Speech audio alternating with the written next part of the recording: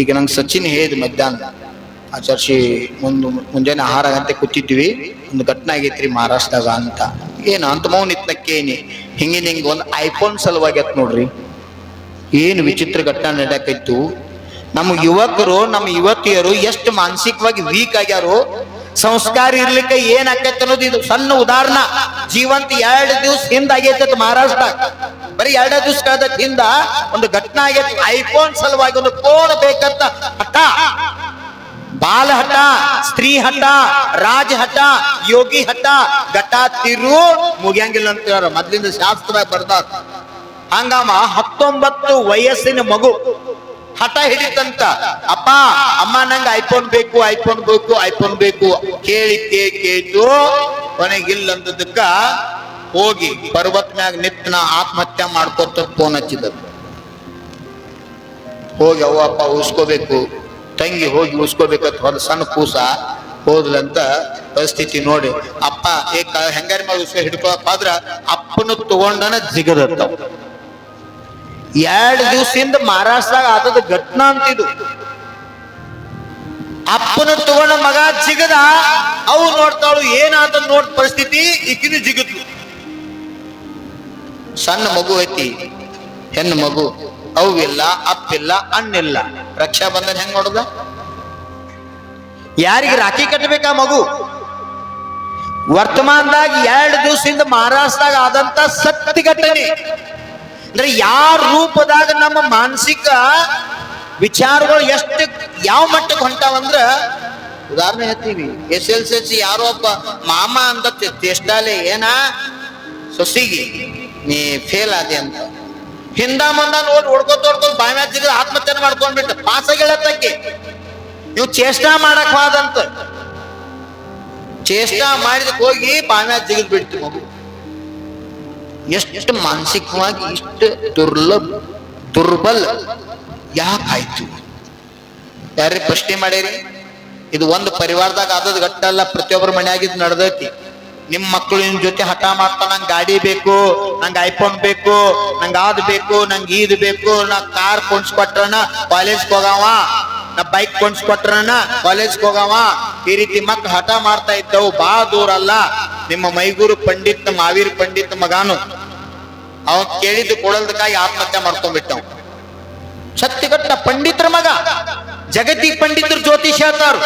ನಿಮ್ಮಂತವ್ರೆಲ್ಲ ಗಂಧೋದಕ್ಕೆ ಶುದ್ಧ ಮಾಡ್ತಾರು, ಪಂಡಿತ ಮಾಧ್ಯಮದಿಂದ ಸಮಾಜಕ್ಕೆ ಉಪದೇಶ ಕೊಡ್ತಾರ. ಅಂತ ಮಕ್ಕಳನ್ನ ಇವಷ್ಟ ಮನೋ ದೌರ್ಬಲ್ಯ ಪಡ್ಕೊಂಡಾರಂದ್ರ ದುರ್ಲಭ, ಇಷ್ಟ ದುರ್ಬಲ ಆಗ್ಯಾರಂದ್ರ ಇದು ಕಾರಣ ಏನ ಅಂತ ಹುಡ್ಕೋತ ಹೋದ್ರ ನಾವು ನಮ್ಮ ಸಂಸ್ಕೃತಿಯಿಂದ ದೂರ ಹೊಂಟೀವಿ, ನಮ್ಮ ಸಂಸ್ಕಾರದಿಂದ ನಾವು ವಿಮುಖ ಆಗಕತ್ತೀವಿ. ಕರ್ಮ ಅಂದ್ರೇನು, ಧರ್ಮ ಅಂದ್ರೇನು, ಕರ್ತವ್ಯ ಅಂದ್ರೇನು, ತಾಯಿಯ ಪಾತ್ರೇನು, ಮಗನ ಪಾತ್ರೇನು, ಪತಿಯ ಪಾತ್ರೇನು, ಮಗಳ ಪಾತ್ರೇನು, ಸೊಸೆಯ ಪಾತ್ರೇನು, ಅತ್ತೆಯ ಪಾತ್ರವೇನು, ನಾವ್ ಯಾವ ರೀತಿ ನಮ್ಮ ಕರ್ತವ್ಯಗಳನ್ನ ಪಾಲನೆ ಮಾಡ್ಬೇಕು, ಈ ಸಂಸ್ಕಾರವನ್ನ ನಾವು ಮರ್ತೀವಿ ಅನ್ನೋದ್ರಿಂದ ನಮ್ಮ ಸಂಸ್ಕೃತಿ ಎಲ್ಲ ನಾಶ ಆಗಾಕತ್ಯದ. ಅದಕ್ಕೆ ಚಿಂತನೆ ಮಾಡ್ತಕ್ಕಂಥ ವಿಷಯ. ನಮ್ಮ ಮಕ್ಕಳು ಮನಸ್ಸಿನಿಂದ ದುರ್ಲಭ ಅರ್ಥಾತ್ ದುರ್ಬಲ, ಶಕ್ತಿಹೀನ ಆಗ್ಬಾರ್ದು. ಅವ್ರ ಮಾನಸಿಕ ವಿಲ್ ಪವರ್ ಬೆಳೆಸ್ಬೇಕಾಗಿತ್ತಂದ್ರ ಅವರನ್ನವ ಧರ್ಮದ ಜೊತೆ ಬೆಳೆಸ್ಬೇಕು. ನೈತಿಕ ಶಿಕ್ಷಣ ಜೊತೆಗೆ ಅಧ್ಯಾತ್ಮ ಶಿಕ್ಷಣ ಅತ್ಯವಶ್ಯಕ.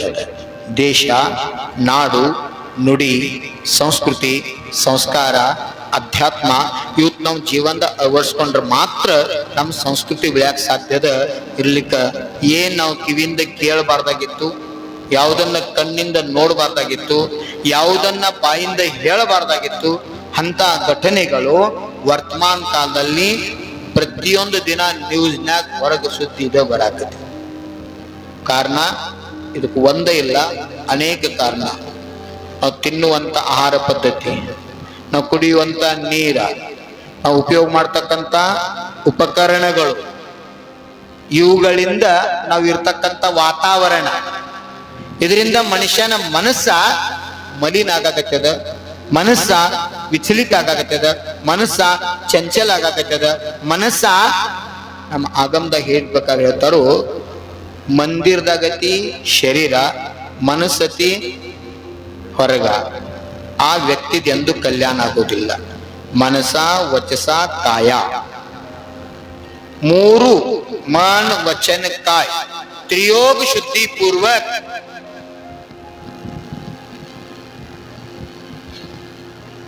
ध्यान मुद्राದ ಕೂತ್ಕೊಂಡು ನಾಸಿಕಾ ದೃಷ್ಟಿ ಇಟ್ಕೊಂಡು ದೀರ್ಘ ಶ್ವಾಸ ತಗೋದ, ದೀರ್ಘ ಶ್ವಾಸ ಬಿಡೋದ.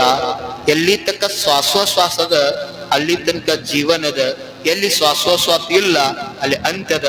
ಆ ಜೀವನದೊಳಗ ನನ್ನ ಜೀವನ ಸಾರ್ಥಕ ಮಾಡ್ಕೋಬೇಕಾದ್ರ ಶಾಂತ ಪರಿಣಾಮದಿಂದ ಆತ್ಮಾವಲೋಕನ್ ಮಾಡೋದ. ಆತ್ಮಾವಲೋಕನ್ ಆ ಹುಡುಗ ಮಾಡಿತ್ತಂದ್ರ ಐಫೋನ್ ಬೇಕಂತ ಹಠ ಮಾಡ್ತಿದ್ದಿದ್ದಿಲ್ಲ. ಆತ್ಮಾವಲೋಕನ ಮಾಡಿತ್ತಂದ್ರ ಆ ತಂದೆ ತಾಯಿ ಅಂತ ಆತ್ಮಘಾತಕ ಕ್ರಿಯಾ ಆಗ್ತಿದ್ದಿದ್ದಿಲ್ಲ.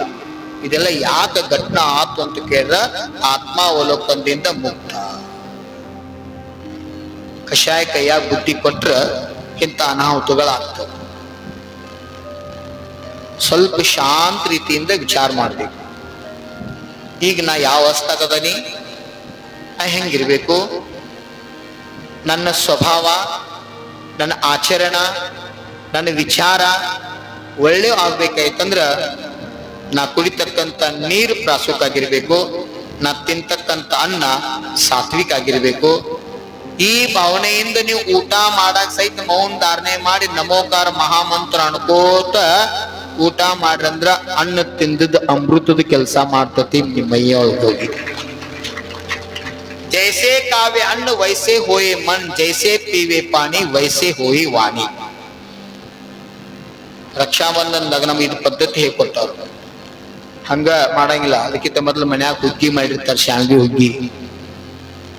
ಮನಿ ಮ್ಯಾಗ ಕುಣಿಸಿ ಮನಿ ಮ್ಯಾಗ ಮನಿ ಹಾಕಿ ತಾಟ್ನಾಗ ಹುಗ್ಗಿ ಹಾಕಿ ಶಾಂಡ್ಗಿ ಹಾಕಿ ಪ್ರಾಸುಕ್ಕೆಲ್ಲ ದ್ರವ್ಯ ಇಟ್ಟು ಊಟ ಮಾಡಿಸ್ತಾರ ರುಚಿ ರುಚಿಯಾಗಿ.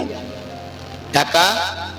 ಸ್ನೇಹ, ಪ್ರೇಮ, ವಾತ್ಸಲ್ಯ, ಅಂತಃಕರಣ, ಯಾವ ಆಧ್ಯಾತ್ಮಿಕ ಮೌಲ್ಯ ಗುಣಗಳದಾವೋ ಅವು ನಮ್ಮ ಪರಿವಾರದಲ್ಲಿ ಎಲ್ಲರಲ್ಲಿ ಬರಲಿ ಅಂತಕ್ಕಂಥ ಭಾವನೆ ಸಾಮುದಾಯಿಕ ಊಟ ಮಾಡಿಸುವಂತ ಪದ್ಧತಿ. ಅಪ್ಪ ಮಗ ಎಲ್ಲಾರು ಸಾಲು ಕುಣಿಸಿ ಪ್ರೀತಿಯಿಂದ ಹಂಚುವಂತ ಪದ್ಧತಿ. ಈಗೆಲ್ಲ ಡೈನಿಂಗ್ ಟೇಬಲ್ ಆದ ಏನೋ ಬಂದು. ಮೊದಲು ಹಂಗಿದ್ದಿದ್ದಿಲ್ಲ. ಮನಿಯೊಳಗೆ ಪ್ರತಿಯೊಂದು ಚಾಪೆ ಹಾಸಿ ಮುಂದೆ ಮನಿ ಇಟ್ಟು ಮನಿ ಮೇಲೆ ತಾತ ಇಟ್ಟು ಅದ್ರೊಳಗೆ ಊಟ ಮಾಡಿಸುವಂತ ಪರಂಪರೆ. ಅನ್ನ ಉಚ್ಚ ಸ್ಥಾನದಾಗ ಇರ್ತಿತ್ತು. ಇವತ್ತು ಹಂಗಿಲ್ಲ, ಉಲ್ಟಾ ಪದ್ಧತಿ ಬಂದದ. ಏನಂತಿಲ್ಲ, ಬಫೆ ಸಿಸ್ಟಮ್ ಬಂದದ. ಬಫೆ ಸಿಸ್ಟಮ್ ಯಾರು ತಿಂತಾರ ತಿರುಗಾಡಿ ಗೊತ್ತೈತೆ ನಿಮಗ? ಬಹಳ ಸುತ್ತಿ ಬೆಳೆಸಿ ಹೋದ ಅರ್ಥ ಇಲ್ಲ. ಇದು ನಮ್ಮ ಭಾರತೀಯ ಸಂಸ್ಕೃತಿ ಅಲ್ವೇ ಅಲ್ಲ. ಮಹಾಭಾರತ ಪ್ರಸಂಗ ಕೊಟ್ಟಾರು. ನೀವ ತಿನ್ನಂಗಿಲ್ಲ, ಕೈ ಮಡ್ಸಂಗ ಊಟ ಮಾಡೋದು ಎಲ್ಲಾರು, ಕೈ ಮಡ್ಸಂಗಿಲ್ಲ. ಕೈ ಮಡ್ಸಲಾರ್ದ ಊಟ ಮಾಡ್ರಿ. ಯಾರು ಮಾಡೋರು ತೋರ್ ನೋಡ್. ಕೈ ಮಡ್ಸಬಾರ್ದು, ಹಂಗ ಊಟ ಮಾಡೋದು. ಮುಂದೆ ಜಿಲೇಬಿ, ಹೋಳಿಗೆದ, ಹುಗ್ಗೆ, ಏನ್ ಬೇಕು ಹುಗ್ಗೆ, ಹಾಲುಗ್ಗೆ ಎಲ್ಲಾ ಐಟಮ್ ನಿಮಗ್ ಮುಂದೆ ಇಟ್ಟಾರೆಲ್ಲ ಹಚ್ಚಿ ಅದ್ರ ಕೈ ಮಡ್ಸಲಾರ್ದ ತಿನ್ನೋದು. ಹೆಂಗ್ ತಿನ್ನೋರ? ಯಾರಿಗೂ ತಿನ್ನಕ್ ಆಗ್ತಾ ಇಲ್ಲ. ಅವಾಗ ಧರ್ಮರಾಜ ಅಂದ, ನನಗ್ ಸಿಗ್ಲಿಕ್ಕೆ ಏನಾತು? ನನ್ನ ತಮ್ಮ ಹೊಟ್ಟೆ ತುಂಬಲೆತ್ತುಕೊಂಡು ತಗೊಂಡ ತಮ್ಮನ ಬಾಯಾಗ ಹಾಕಿದ. ತಮ್ಮ ಇದ್ದವ್ ತಾ ತಗೊಂಡ ಅಣ್ಣನ ಬಾಯಾಗ ಹಾಕಿದ. ಭೀಮ್ ಇದ್ದವ್ ದುರ್ಯೋಧನಗೆ ಹಾಕಿದ, ದುರ್ಯೋಧನ ಭೀಮ್ ಹಾಕಿದ. ಎಲ್ಲಾರು ಹೊಟ್ಟೆ ತುಂಬ ಊಟ ಮಾಡಿ ಎದ್ದು. ಅದಕ್ಕೆ ಅವ್ರು ಇನ್ನೊಬ್ರಿಗೆ ನಾವು ಕೊಟ್ಟಿರೋದು ನಮಗ್ ಕಡಿಮೆ ಬೀಳಂಗಿಲ್ಲ. ಬಹಳ ಜನ ಅಂತಾರೆ ಇನ್ನೊಬ್ರಿಗೆ ಹೊಟ್ಟಿ ಕೊಟ್ರೆ ನಮ್ದಾಗ ಹೊಟ್ಟೆ ತುಂಬತತಿ. ಮಹಾಭಾರತ ನೋಡ್ಬೇಕು, ಬಹಳ ಅರ್ಥಗರ್ಭಿತ. ಒಂದ್ಸಲ ದುರ್ವಾಸ ಮುನಿಗಳು ಯಾರ ಬಾಲ್ಯ ಕಾಲದಾಗ ದ್ರೌಪದಿದಿಂದ ಸಹಾಯ ಪಡ್ಕೊಂಡು ಆಶೀರ್ವಾದ ಮಾಡಿರಲ್ಲ, ಅವ ದುರ್ವಾಸ ಮುನಿಗಳು ಈಕಿ ಪಾಂಚಾಲಿ ಇದ್ದಾಗ ವನವಾಸದಾಗಿದ್ದಾಗ ಆಕಿ ಪರೀಕ್ಷಾ ಮಾಡ್ಬೇಕಂತ ತನ್ನ ಸಂಘ ತಗೊಂಡು ಬಂದ್ರಂತ ದುರ್ವಾಸ ಮುನಿಗಳು. ರಕ್ಷಾಬಂಧನ ಬಹಳ ಅರ್ಥಗರ್ಭಿತೈತಿ. ಜೈನ್ ಧರ್ಮದಾಗಂತೂ ಬಹಳ ವಿಶೇಷ ಐತಿ. ಅದು 28ನೇ ತಾರೀಕು ಜಯಮಾಲ ಸಹಿತ ಪೂಜನ್ದಾಗ ಅದರ ಅರ್ಥ ಸಂಗೀತಮಯ ಪ್ರವಚನ ಹೇಳ್ತಾನ. 28ನೇ ತಾರೀಕು ಕೇಳಕ್ಕಿರಿ. ಕರೆ ಇವತ್ತು ವೈದಿಕ ಧರ್ಮದಾಗೂ ಸಹಿತ ರಕ್ಷಾಬಂಧನ ಪರ್ವದ ಮಹತ್ವ ಹೆಂಗ್ ಹೇಳ್ಯಾರೋ ಅನ್ನೋದು ತಿಳ್ಕೋದು ಅವಶ್ಯಕ.